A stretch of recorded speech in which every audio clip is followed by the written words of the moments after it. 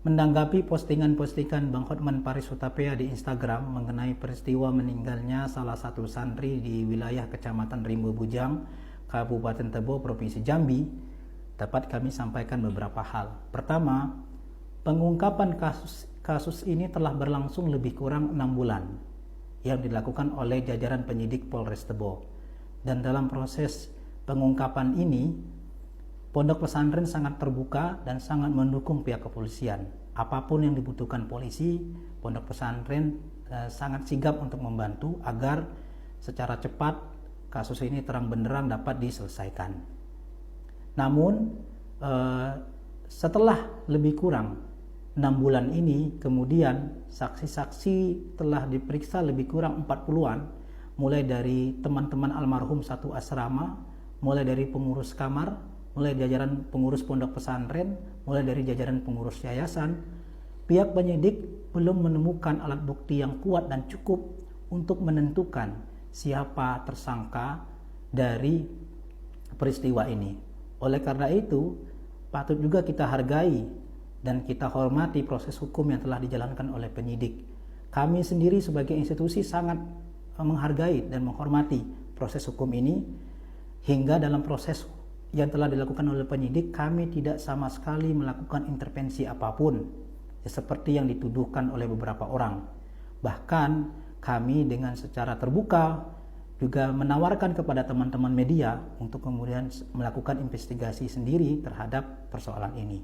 Oleh karena itu, sangat naif juga ketika Bang Hotman sebagai seorang lawyer senior, sebagai seorang senior kami, sebagai seorang tokoh publik, hanya mendengar 1-2 informasi dari orang.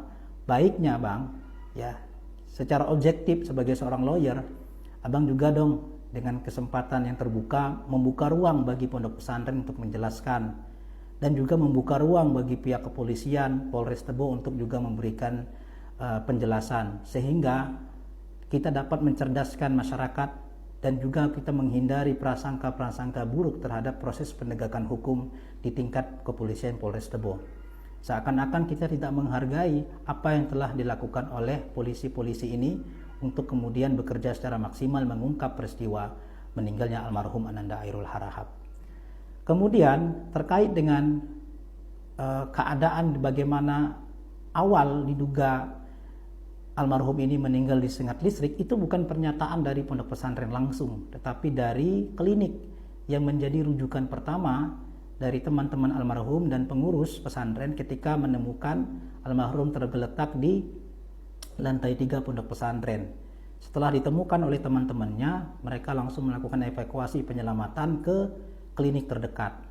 Sampai di klinik, almarhum dinyatakan meninggal, dan di surat keterangan dari dokter yang bersangkutan menyampaikan diduga meninggalnya karena disebabkan aliran tersengat listrik.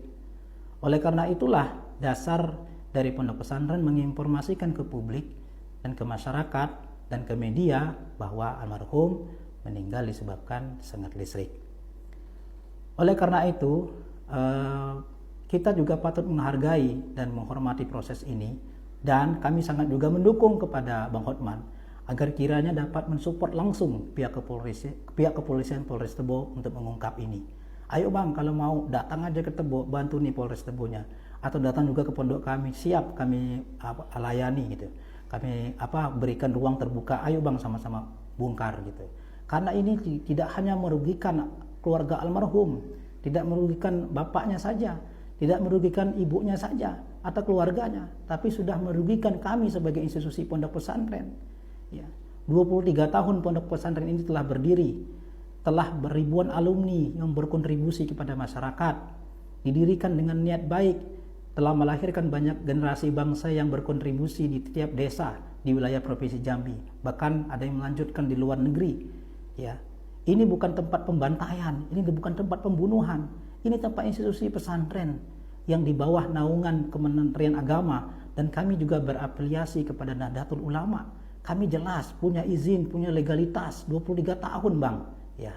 Tapi dengan tidak fairnya, dengan mudahnya kemudian dalam 1, 2, 3 postingan, semua netizen kemudian menyudutkan pondok pesantren. Hal ini juga kami sayangkan. Tapi kami juga menghargai bahwa keluarga korban ini juga sangat bersedih. Kami juga bisa dikonfirmasi langsung ke Salim Harahap dan ibunya atau istrinya, ibunya almarhum dan bapaknya, bahwa di hari ketiga almarhum meninggal, jajaran majelis pengasuh bertakziah langsung ke keluarga korban. Ini menandakan kami beritikat baik, kami tidak memiliki tendensi-tendensi lain selain kesedihan, dan juga kami kehilangan salah satu santri terbaik kami di pondok pesantren. Oleh karena itu, marilah kita di kesempatan ini kami ingin mengajak abang dan meminta abang untuk secara objektif membuka kasus ini, mendorong terbongkarnya kasus ini. Karena juga kami lihat dan kami rasakan, dan banyak juga alumni dan para wali santri pondok pesantren juga merasakan, 6 bulan ini kami juga terkesan disandra. Ya, kami diberitakan jelek-jelek, tidak pernah ada sama sekali melawan. Diberitakan tempat pembantaian, tidak pernah. Majelis pengasuh dan yayasan sangat terbuka sekali, sangat sabar sekali. Biarkanlah gitu. Kita mendorong dan kita doakan terus agar selesai, agar cepat siapa ditemukan ini pelakunya, kan gitu. Karena kami sangat tidak terbayangkan bahwa ada kejadian yang begitu luar biasa di pondok pesantren. Karena para majelis pengasuh, guru-guru termasuk pengurus sibuk dengan kegiatan masing-masing, tanpa kemudian mengetahui, tanpa kemudian menyadari bahwa peristiwa ini akan terjadi di pondok pesantren kami. Oleh karena itu, Bang, sekali lagi kami ingin mengajak abang berlaku fair terhadap pondok pesantren kami. Jangan menyudutkan pondok pesantren, Bang. Ya, abang juga punya referensi, abang juga punya koneksi, abang juga punya kemampuan yang sangat kuat untuk memvalidasi sebuah informasi, terutama untuk memberikan sebuah objektivitas satu informasi. Ayo, Bang, undang juga nih pondok pesantren, undang juga pihak kepolisian, sama-sama kita bongkar, Bang. Sama-sama kita cari pelakunya.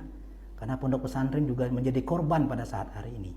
Pondok pesantren sangat dirugikan oleh pemberitaan-pemberitaan yang sangat jelek, fitnah, tuduhan, caci maki dan sebagainya. Ini tidak hanya menyangkut pondok pesantren di tempat almarhum meninggal, tetapi menjadi isu besar dari pondok pesantren dari Sabang sampai Merauke. Tolong abang hargai juga institusi pesantren di Indonesia.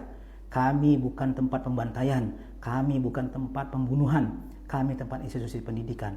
Adapun ada 1-2 kasus yang terjadi di pondok pesantren, itu menjadi isu sendiri di pondok pesantrennya, tetapi bukan menjadi sebuah kejahatan umum, sebuah tempat pembantaian umum. Karena jutaan orang juga sukses di pondok pesantren, Bang. Sehat wa'alfiat.